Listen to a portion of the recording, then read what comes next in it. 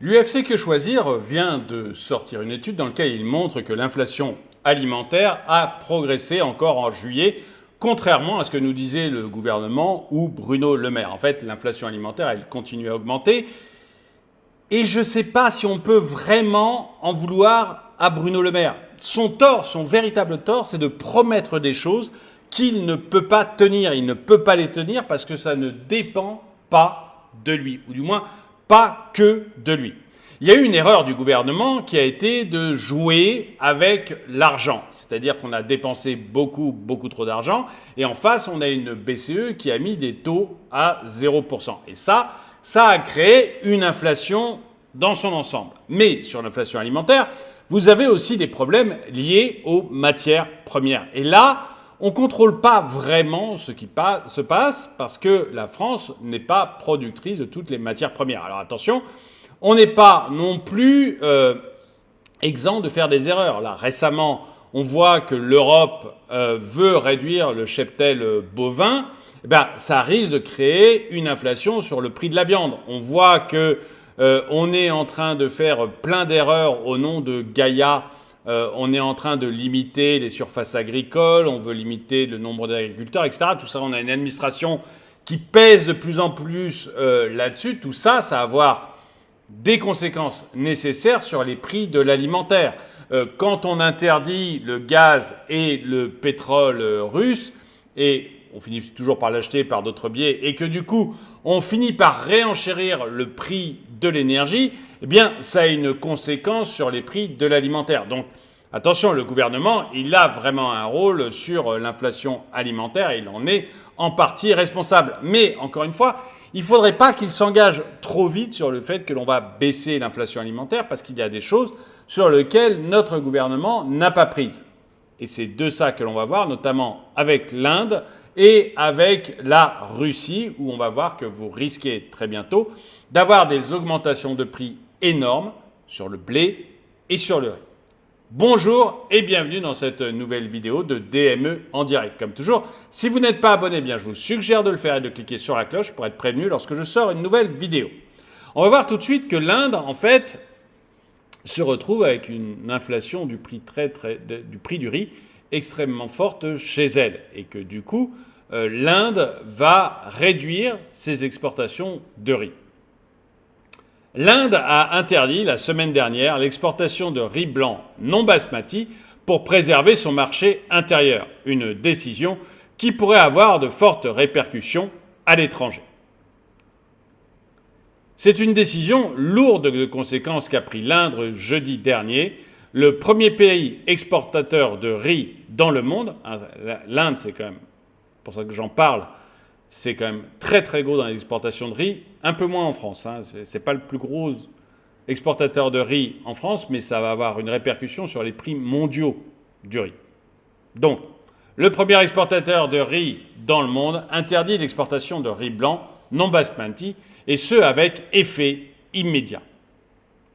Les exportations indiennes de riz blanc non basmati ont bondi de 35% sur un an, selon le ministère indien de la Consommation et des Alimentations, tandis que les prix de détail des céréales ont augmenté de 11,5% sur la même période et de 3% le mois dernier, d'après le gouvernement. En interdisant les exportations de riz blanc non basmati, l'Inde cherche donc à garantir un approvisionnement adéquat pour les consommateurs indiens et à atténuer les hausses de prix sur le marché intérieur, relève le ministre. Alors c'est quelque chose qu'ils avaient déjà fait l'an dernier, j'en avais parlé dans une vidéo. En fait, l'alimentation indienne, elle est principalement à base de riz. Et les prix de l'alimentation avaient énormément augmenté. Dans un pays pauvre comme l'Inde, dans un pays riche comme la France, c'est un problème que les prix augmentent, mais dans les pays pauvres comme l'Inde, le problème c'est qu'il faut pouvoir nourrir quand même la population. Ils sont plus d'1 milliard, ils sont plus nombreux que les Chinois maintenant, et en grande majorité pauvres. Mais ce qu'on appelle des pauvres. Pas un pauvre comme à la française, un vrai pauvre. Donc eux, aussi nombreux, si tu leur supprimes leur alimentation de base, parce qu'elle devient trop chère, le résultat c'est des émeutes et des guerres. Donc ils doivent absolument empêcher ça. Et c'est pour ça que l'année dernière et cette année encore, eh bien à un moment ils disent hop, stop les exportations. Pourquoi les gens... Alors, pourquoi les exportations? Tout simplement parce que celui qui fait pousser du riz et qui récolte le riz, plutôt que de le vendre pas cher à la population locale, il a des acheteurs extrêmement importants. On verra pas tellement la France, mais il a des acheteurs extrêmement importants qui sont prêts à payer beaucoup plus cher. Il exporte son riz. Et la population locale, elle crève de faim, quoi. Ou alors elle accepte de payer très très cher, mais elle n'a pas les moyens, donc c'est pas possible. Donc en fait, le gouvernement dit stop, je coupe le marché extérieur. Du coup, mon grain de riz, il est vendu que ici. Et s'il est vendu que ici, les producteurs vont être obligés de le vendre beaucoup moins cher. Et du coup, ça va faire baisser les prix. Ma population va pouvoir acheter du riz et vivre du riz. Ce qui est... Le ministre, il n'a rien à dire. Mais vous voyez que du coup... Enfin non, on va voir du coup ce que ça donne. Excusez-moi, je ne veux pas anticiper. Parce que peut-être que l'article en parle. Mais vous allez voir, du coup, ça va avoir une incidence, même pour vous, cette décision qui est prise en Inde, ça va avoir une incidence pour vous sur le prix du riz.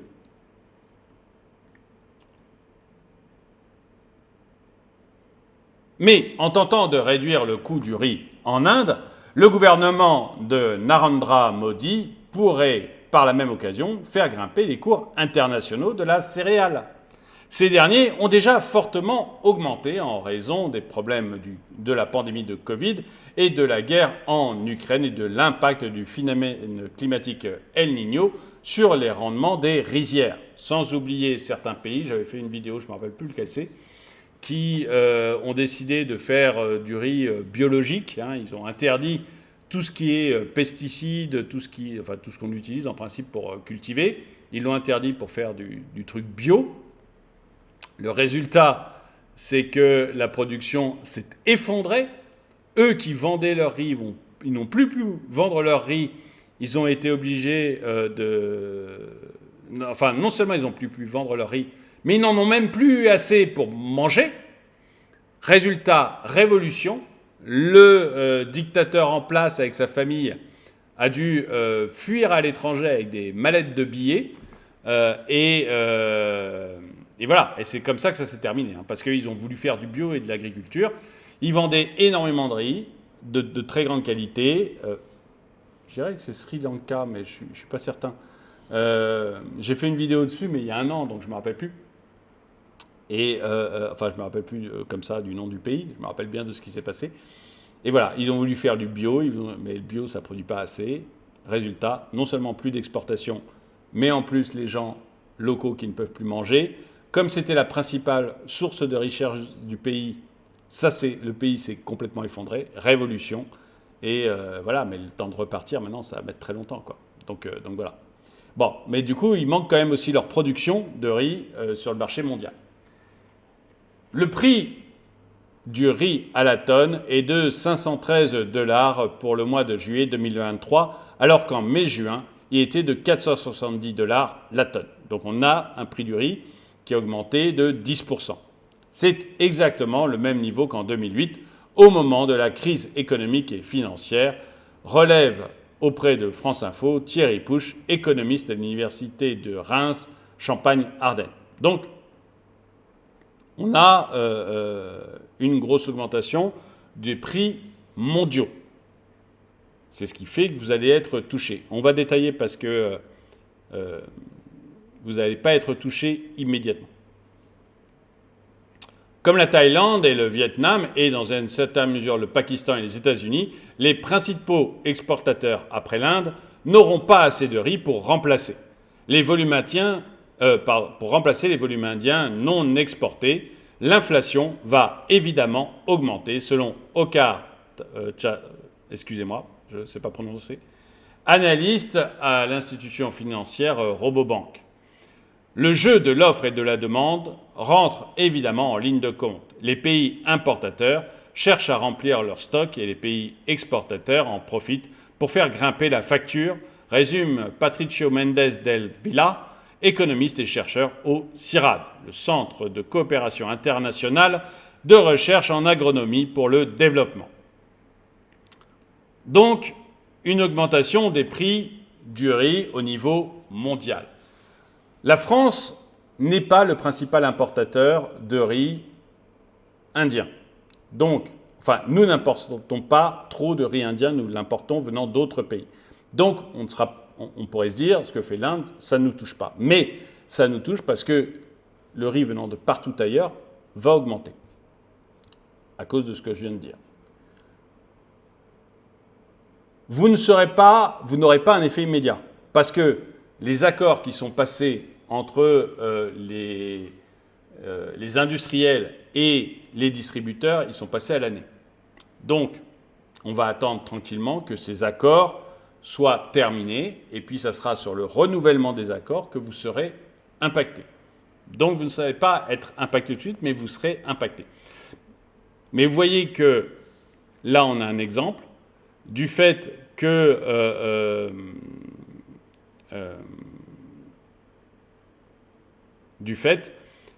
la décision d'un pays avec lequel on n'a aucun impact va renforcer l'inflation. C'est pour ça que Bruno Le Maire n'a pas intérêt, à mon avis, à dire ce genre de choses, parce qu'il ne maîtrise pas du tout ce sujet, il ne peut pas le maîtriser. On peut avoir un pays comme ça, le plus gros exportateur de riz, qui dit bah, c'est fini, je n'exporte plus mon riz, terminé.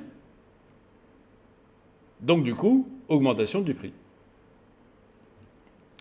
Or, cette augmentation inévitable du riz et le deuxième article que je voulais vous montrer,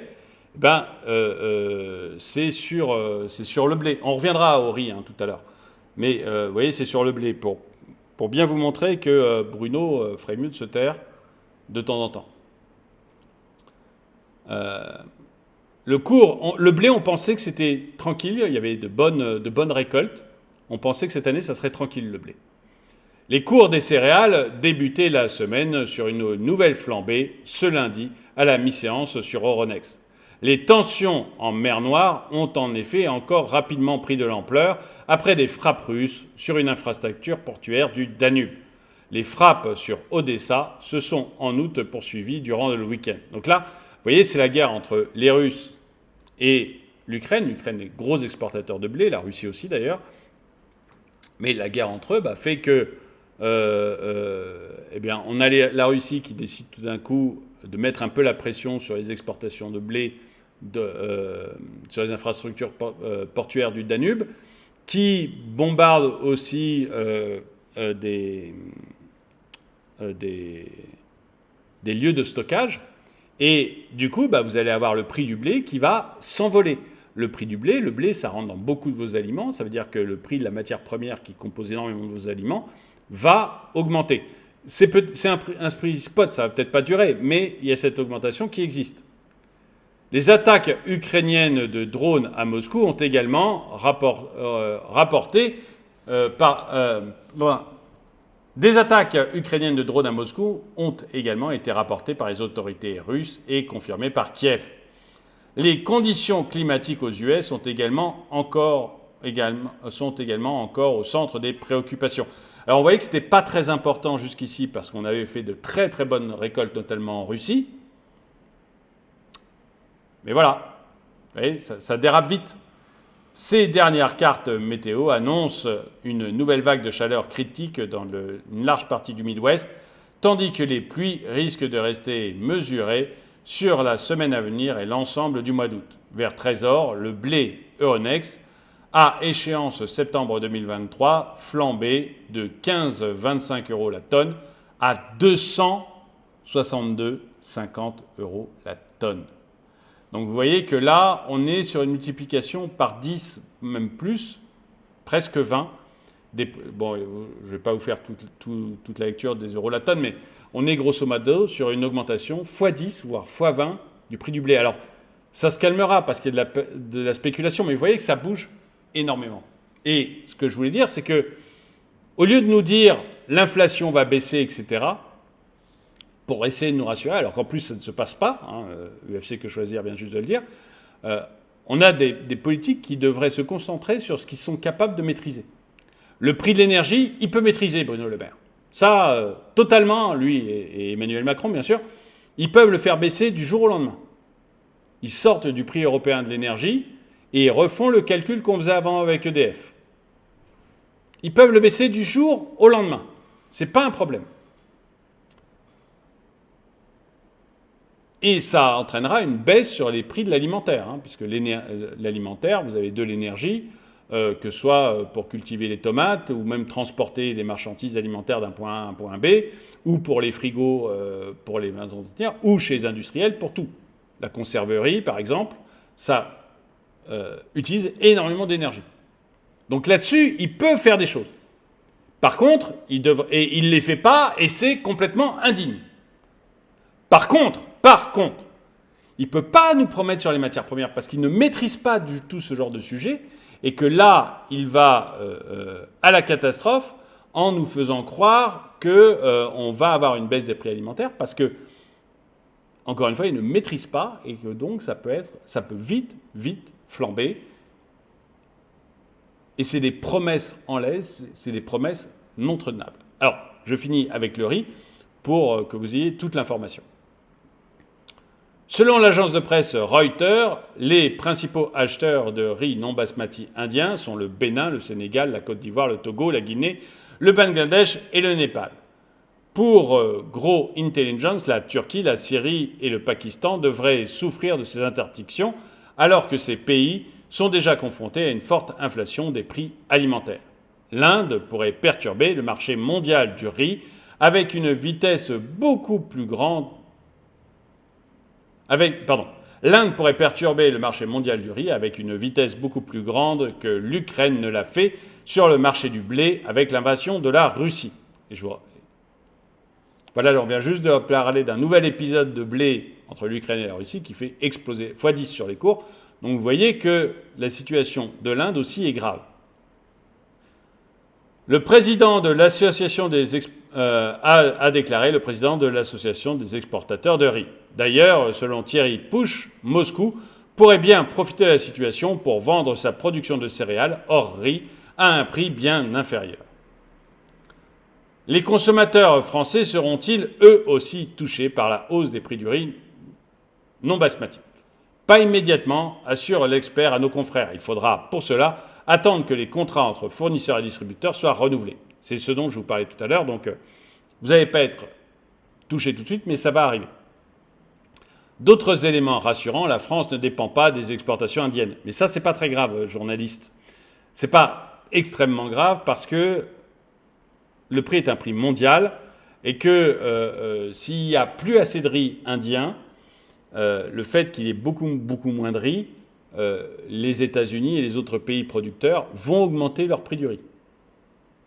Donc, même si on n'est pas acheteur direct de l'Inde, on sera impacté parce que les autres vont augmenter le prix du riz. La France ne dépend pas directement des exportations indiennes, ça on s'en moque. Le riz que nous consommons provient principalement d'Italie, du Cambodge, de Thaïlande, du Pakistan et de l'Espagne.